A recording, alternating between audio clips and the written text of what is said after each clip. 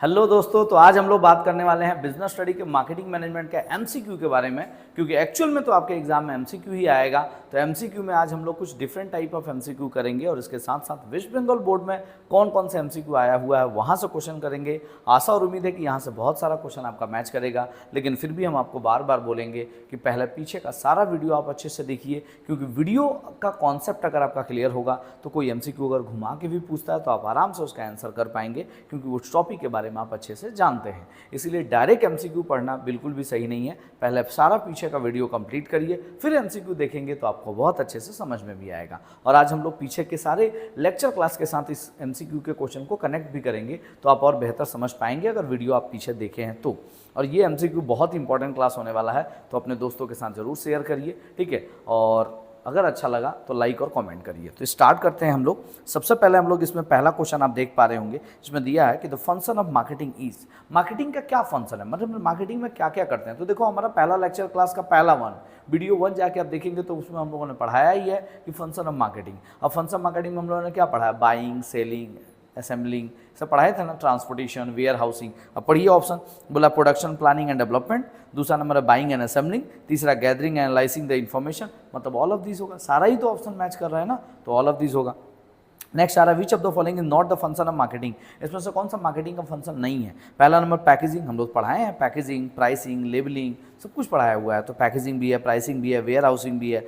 Financial, making the financial plan, financial plan बनाना कोई marketing का पार्ट नहीं है। तो क्वेश्चन नंबर जो है वो 2 का डी नंबर राइट आंसर होगा। अच्छा, the marketing philosophy according to which of thought that the product can be easily be sold it if it cheap.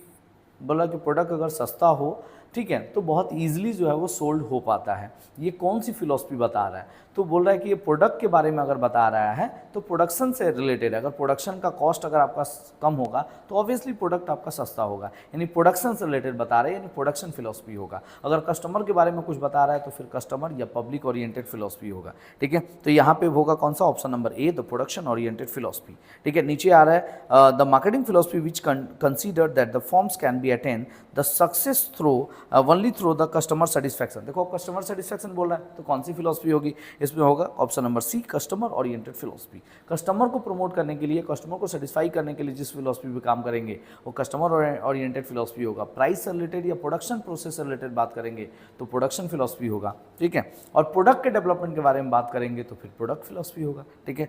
Next question है the marketing philosophy according to which the assume that the product of the superior quality. बोला product की quality superior होनी चाहिए, मतलब बताइए कौन सी philosophy होगी, प्रोडक्ट ओरिएंटेड फिलॉसफी होगी, यानी ऑप्शन नंबर कौन सा होगा, बी। तो ऑप्शन नंबर बी होगा। तो कितना इजी है, जिस चीज के बारे में बात करेगा उससे रिलेटेड फिलॉसफी होगी, ठीक है। नेक्स्ट आते हैं 6 number question, the terms marketing mix was first use. Marketing mix जो आप लोग पढ़े हैं 4P, product, price, place, promotion, उसको फर्स्ट इंट्रोड्यूस किसने किया था, नील बॉर्डन। ऑप्शन नंबर होगा डी, ठीक है। क्वेश्चन 7 नंबर क्वेश्चन करेंगे, which of the following does not belong to 4P। अच्छा, पहले हम लोग बात करेंगे 4P में क्या क्या आता है। तो प्रोडक्ट, प्राइस, प्लेस, प्रमोशन, ये 4 चीजें आती है।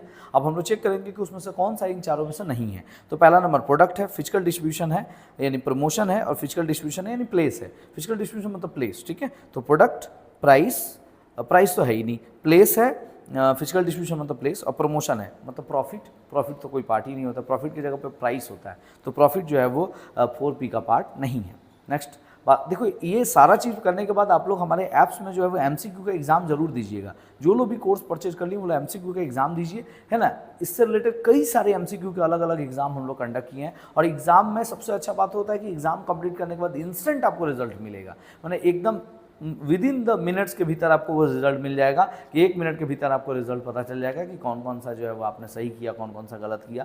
तो कोर्स परचेज करके रखेंगे तो जैसे ही एग्जाम हम लोग कंडक्ट करेंगे आपको नोटिफिकेशन मिल जाएगा, और एग्जाम देने के बाद कुछ समय के बाद ही आपको उसका पूरा रिजल्ट मिल जाएगा, क्या सही क्या गलत, ये सारा चीज़, ठीक है। आगे बढ़ते हैं। नेक्स्ट बोला कि next question 8 number, which of the following does not belong to 4C। 4C में रिलेटेड क्या क्या नहीं है। तो पहले हम लोग बात करेंगे कि 4C में क्या क्या आता था। तो पहले आता था कंज्यूमर, कॉस्ट, कम्युनिकेशन, कन्वीनियंस। याद है, कंज्यूमर, कॉस्ट, कन्वीनियंस और कम्युनिकेशन। और इसमें क्या नहीं है, तो कैपिटल नहीं है, ऑप्शन नंबर 1 ही होगा जो नहीं है। नॉट पूछा है ना, ध्यान रखेंगे। जो the core of the marketing function is, marketing function का कोर क्या है, प्रोडक्ट है, मार्केट है, कस्टमर है, प्रॉफिट नहीं, प्रॉफिट अच्छा, तो core of the marketing function, कौन सा मार्केटिंग फंक्शन का कोर है? तो core of the marketing function का कोर प्रोडक्ट भी है, मार्केट भी है, कस्टमर भी है, लेकिन एक्चुअल मेन फंक्शन क्या है? प्रॉफिट है, तो प्रॉफिट होगा। The example of shopping product क्या हो सकता है? मोटर कार होगा। की of the marketing is, marketing का की क्या है? प्रोडक्ट के बेस पे ही आप मार्केटिंग कर सकते हैं ना। तो प्रोडक्ट पहला बनाइए, उसके बाद उससे रिलेटेड हम लोग मार्केटिंग करेंगे। तो की of the marketing is a product, ठीक है। अच्छा, नेक्स्ट बोला है डिटॉल इज द, डिटॉल क्या है? ऑलवेज अ ब्रांड नेम है, ठीक है। लेकिन अगर कोई सिंबल बता के बोलता, ठीक है, कि ये क्या है, तो वो एक सिंबल है, ठीक है। ब्रांड नेम हो सकता है, ब्रांड सिंबल हो सकता है, बहुत कुछ हो सकता है, लेकिन डेटॉल नाम है ना, तो वो ब्रांड नेम है, ठीक है। अच्छा, the example of the pre production function marketing is, अच्छा पूछ रहे आपसे कि प्री प्रोडक्शन फंक्शन आप मार्केटिंग में क्या कर सकते हैं? प्री प्रोडक्शन कहने का मतलब होता है कि माल आपने बनाया नहीं, लेकिन आप मार्केटिंग काम स्टार्ट कर दिए हैं। तो आप बोलोगे माल बनाया नहीं, तो फिर क्या स्टार्ट कर सकते हैं? आइए ऑप्शन पढ़ते हैं। पहला number, handle the customer complain. जब माल ही नहीं बना तो कस्टमर का कंप्लेन का क्या हैंडल है भाई? कस्टमर कंप्लेन क्या क्यों करेगा? माल तो पहले बनेगा, फिर कस्टमर खरीदेगा, फिर ना कंप्लेन करेगा। मतलब ये क्वेश्चन सही नहीं है। पूछ रहा है कि प्रोडक्ट बनाने से पहले कौन सी मार्केटिंग होती है? तो कस्टमर का कंप्लेन बिल्कुल नहीं। अच्छा, नेक्स्ट ऑप्शन आ रहा है to provide the after sale service, sale के बाद की सर्विस। तो माल ही नहीं बना, सेल कहाँ से हुआ? और सेल की बाद की सर्विस आप कैसे प्रोवाइड कर सकते हैं? उसके बाद to maintain the good relation with the customer, customer के साथ अच्छा रिलेशन तभी बनेगा जब माल बनेगा, ठीक है। तो ये तीनों ऑप्शन गलत है। और बोला to gather the analyse market information, जी माल बनने से पहले मार्केट का इन्फॉर्मेशन आप गैदरिंग कर सकते हैं, ये भी एक मार्केटिंग का क्या है? स्ट्रैटेजी, ठीक है, मार्केटिंग का एक पार्ट है। तो सही क्या होगा? प्रोडक्शन होने से पहले सिर्फ इन्फॉर्मेशन गैदर कर सकते हैं, और जैसे ही माल बन जाता है उसके बाद उसकी पैकिंग, उसकी लेबलिंग, उसकी ब्रांडिंग, उसका प्रमोशन, उसका एडवर्टीजमेंट, उसका सेल प्रमोशन, उसका सेल्समैनशिप, ये सारी चीज़ें आप कर सकते हैं, ठीक है। अच्छा, आगे बोला the example of post sale service. अच्छा, पोस्ट सेल सर्विस क्या क्या हो सकता है? तो लास्ट डी नंबर ऑप्शन होगा, to provide the after sale service. Post sale service मतलब सेल के बाद की क्या सर्विस दे सकते हैं? तो सेल के बाद की सर्विस सेल सर्विस दे सकते हैं, ठीक है। ये प्रोडक्शन के बाद की सर्विस। आगे बोला 4P स्टैंड फॉर, 4P का मतलब बार बार बता चुके हैं हम लोग, product, price, place, promotion. Option number C होगा, ठीक है। अच्छा, उसके बाद बोला कि modern marketing concept is a, modern marketing concept याद रखना हमेशा कंज्यूमर सेटिस्फेक्शन पे ध्यान देता है, पब्लिक वेलफेयर पे ध्यान देता है, सोसाइटी ओरिएंटेड होता है। फिर से सुन लीजिए, मॉडर्न मार्केटिंग किस पे ध्यान देता है? कंज्यूमर सेटिस्फेक्शन, पब्लिक वेलफेयर और सोसाइटी ओरिएंटेड। क्या है ऑप्शन में देख लीजिए, तो सोसाइटी ओरिएंटेड, ठीक है। ऑप्शन नंबर सी होगा। हो सकता है ये तीनों दे दे तो option number D all of this हो जाएगा, ठीक है। अच्छा, नेक्स्ट बोला which of the following is not very significant for the price fixation. हम लोग क्वेश्चन पढ़े हैं ना कि प्राइस फिक्सेशन में किन किन बातों को ध्यान रखते हैं। अगर आपको किसी सामान का दाम रखना है तो आप क्या क्या ध्यान रखेंगे? कॉम्पिटिटर कितना आपका दाम रखा है वो भी ध्यान रखेंगे, आपका बनाने का खर्चा कितना आया, कॉस्ट ऑफ प्रोडक्शन, वो भी ध्यान रखेंगे, मार्केट में आपके प्रोडक्ट की डिमांड कितनी है वो भी ध्यान रखेंगे, मेरे कस्टमर की परचेजिंग पावर कितनी है उसको भी ध्यान रखेंगे। तो बोला कौन सा प्राइस रखने में इंपॉर्टेंट नहीं है? इंपॉर्टेंट है नहीं पूछ रहा है, कौन सा इंपॉर्टेंट नहीं है? तो इसमें ऑप्शन नंबर होगा shape of the product. Product का कितना शेप है, कितना बड़ा प्रोडक्ट है, कितना छोटा प्रोडक्ट है, इससे कोई फर्क नहीं पड़ता है प्रोडक्ट के प्राइस का, है ना। उस हिसाब से देखेंगे तो बड़े बड़े पहाड़ पत्थर का दाम सबसे महंगा होगा पूरी दुनिया में, है कि नहीं? क्योंकि उनका साइज सबसे बड़ा होता है, और सोने का दाम जो है सबसे छोटा होगा, सबसे कम होगा। तो प्रोडक्ट के शेप के अनुसार हम लोग प्राइस तो बिल्कुल भी नहीं रखते हैं, तो ये इंपॉर्टेंस नहीं है, ठीक है। पूछा था आपसे कि प्राइस फिक्स करने में कौन सा वेरी सिग्निफिकेंस नहीं है, तो shape of the product. Next बोला the book marketing myopia as written by Theodore Levitt के अनुसार, ठीक है। तो ऑप्शन नंबर डी होगा। अच्छा, branding, packing, labelling, ETC added the value. अच्छा, आप अपने प्रोडक्ट का ब्रांड कर रहे हैं, ब्रांडिंग कर रहे हैं, लेबलिंग कर रहे हैं, पैकिंग कर रहे हैं, तो इससे किसकी वैल्यू बढ़ रही है? प्रोडक्ट की वैल्यू बढ़ रही है। कस्टमर की वैल्यू थोड़ी बढ़ेगी, प्रोडक्ट की वैल्यू बढ़ेगी, तो प्रोडक्ट होगा, ठीक है। कस्टमर दिया, सेल दिया, मार्केट दिया, ठीक है।